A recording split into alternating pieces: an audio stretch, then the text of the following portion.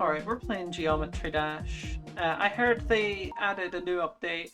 I want to see what all the fuss is about. You know, a lot of people are really excited about this update, but I just really don't see what all the fuss is about, right? Now, it might not look like it based on the fact that I have like no save data at all for some reason, but I'm actually kind of an expert at Geometry Dash. You know, I beat Club Step when I was like 14, and so like 6 years on, let's see how good I am at the game. And can I say, I'm doing mighty well for my first time playing in like 6 years. Yeah, this is Geometry Dash. It's one of those games that like I do. That was embarrassing. It's one of those games that like I do get the appeal of on the level that like, you know, I've put a decent amount of hours into this when I was a kid. On like iPod Touch or something. I mean, it really was that long ago. The game's been around for ages. But like, I put in a decent amount of hours in this game and I find it pretty satisfying to play through the levels. But at the same time, these kinds of on-rails, rhythm-adjacent games, there's a few of them.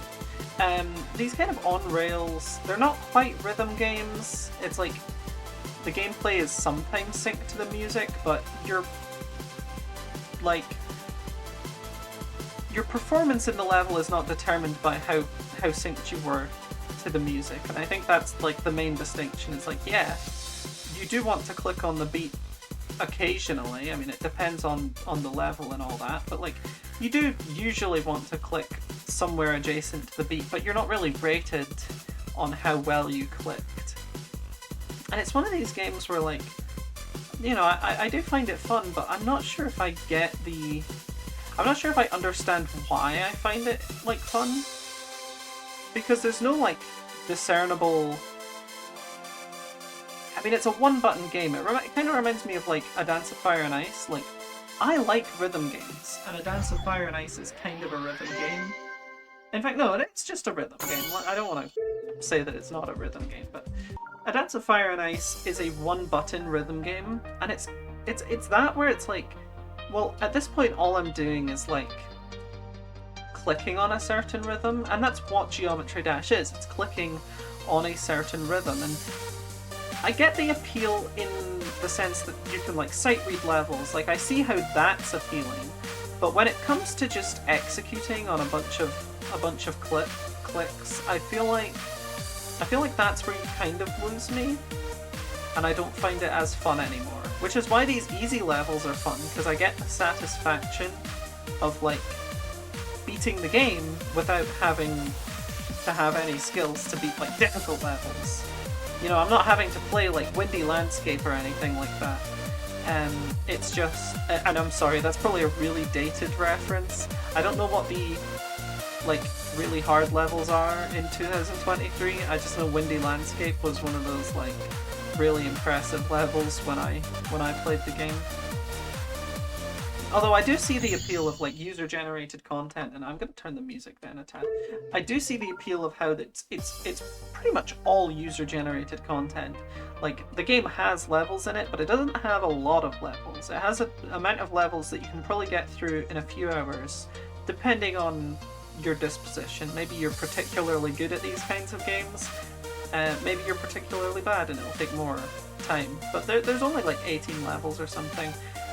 I definitely see the appeal of the community aspect, where it's all like user-generated content. I mean, talking about user-generated content, I'm sure people have heard of this before, but if you haven't, Geometry Dash has a really extensive fan-in wiki, where it's just stuff that's not in the game, but people want to be in the game.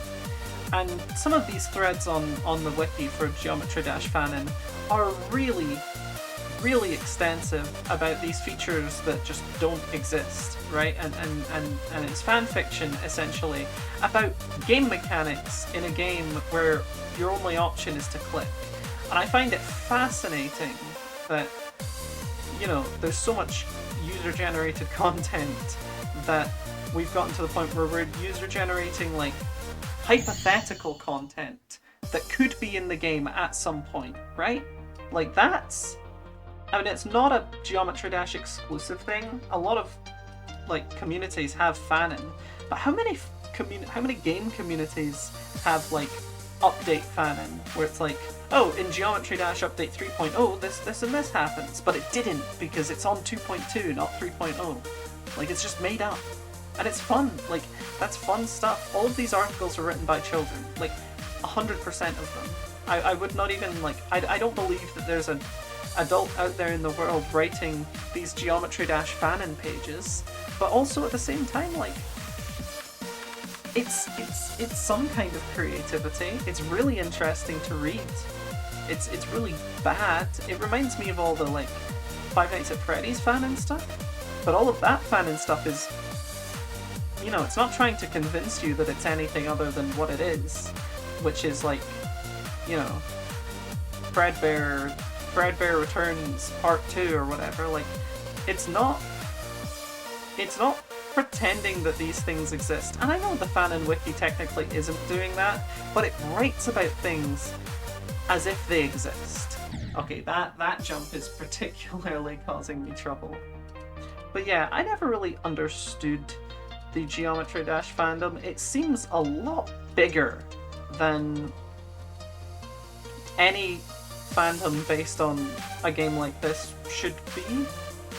Like, I don't know how it gained such mass appeal. Maybe it is just that the demographic is primarily children, and I'm not saying that's a bad thing, and I'm not trying to say that to, like, make fun of Geometry Dash players. It's nothing like that. It's just true that a lot of kids play this game.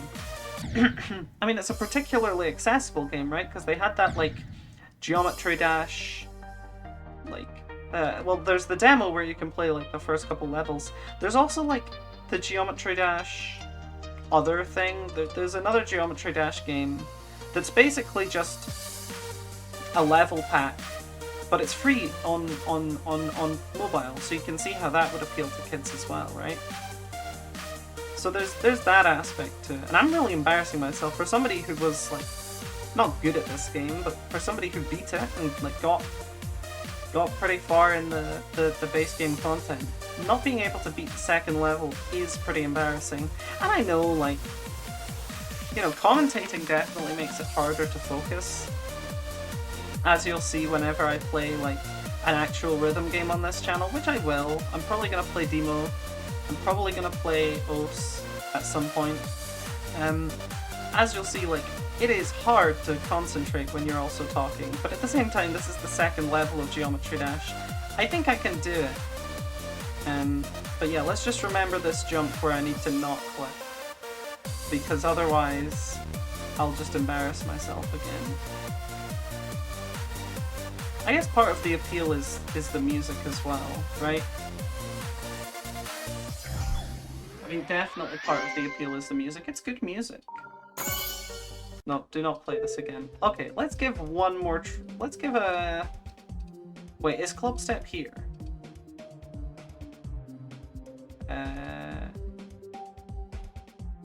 Oh, is it not unlocked by default? Maybe that's it. I hate it's hurting my eyes. When you move, like, between the screens, it like shakes a lot. This is the new level, Dash. Okay. Okay. Okay, so I need to click twice there. But can you see how I don't really, like, I could do this. I could do this. I could just learn when to click. And it would be hard to do it that way. Rather than, like, build up my skills as a Geometry Dash player, I could just, like, brute force it. I do believe that. But, like, would that be fun? I mean, it's... I guess I am tempted to see how far I can get. I'm clicking way too early there. Also, I've heard of things in this game where, like, they're possible on 60 FPS, but not on other FPSs. That's unfortunate. Anyway, we'll try Polargeist, because I think I definitely can do this one. in a reasonable amount of time. But yeah, games with like those FPS problems are just unfortunate. You'll see when I play the Ciactro game. Well, you won't see. I'm probably not going to show you. But I'll probably talk about it. But yeah, there's a lot of issues with FPS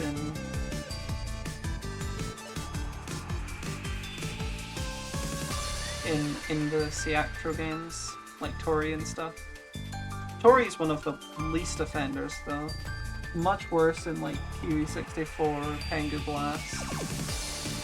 Good games, though. I mean, I'm not a hater. I mean, I find it quite aesthetic the way that, like, what are those called? I'm not gonna try to describe them. But those little, like, when you're going down the stairs and it makes a funny noise, whatever that's called. Is it a glissando? Glissando's when you... I don't know. It's just notes to me. I don't know music.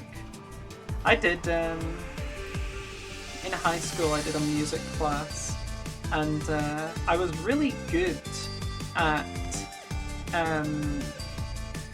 the written stuff. But it's all out of my brain now. But I was really good at the written stuff. I can't play any instruments, and I never really figured out how to do it. I think I spent the entire year trying to play the same song on guitar. And I was never really into music. So like that was good enough for me. But I think it did frustrate my teacher a bit that, like, you know, whenever we did a test, it came really easily to me, but I just couldn't do the practical stuff. But this was like a year where I wasn't really being graded on anything, right? Third year in high school, you don't have any concerns about exams and stuff.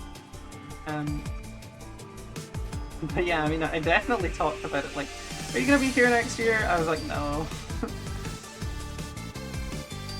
Okay, I'm just gonna try and focus. Because I want to get the dub. Oh, Poltergeist conquered. You know, maybe I see the appeal. Maybe I see the appeal because I kind of want to play the next level now. Want to play Dry Out? Let's see. Can I sight read?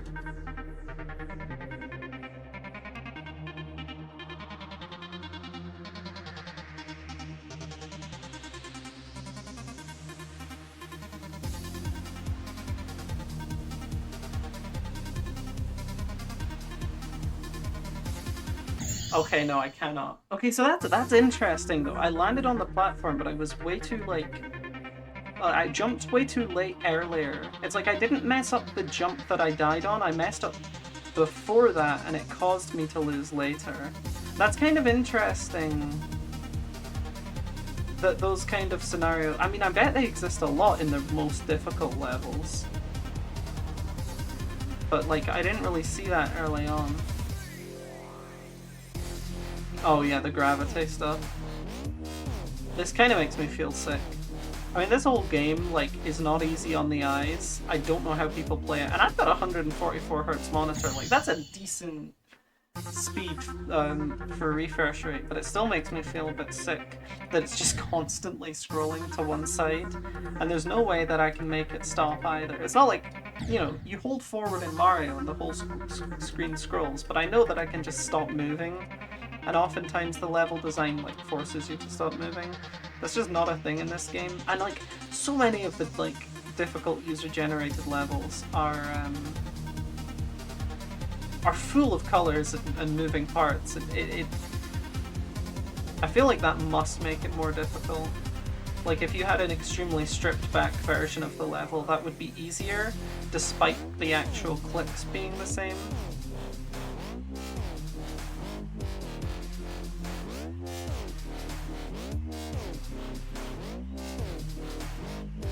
What? Oh no. Okay, we'll give it one more shot. We'll give it one more shot.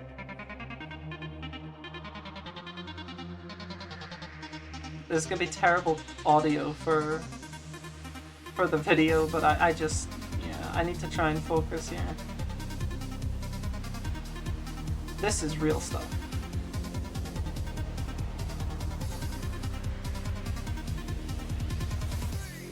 kind of hungry.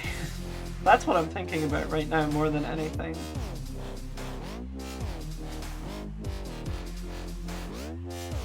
Okay, well, see you all later. That was a fun video, actually.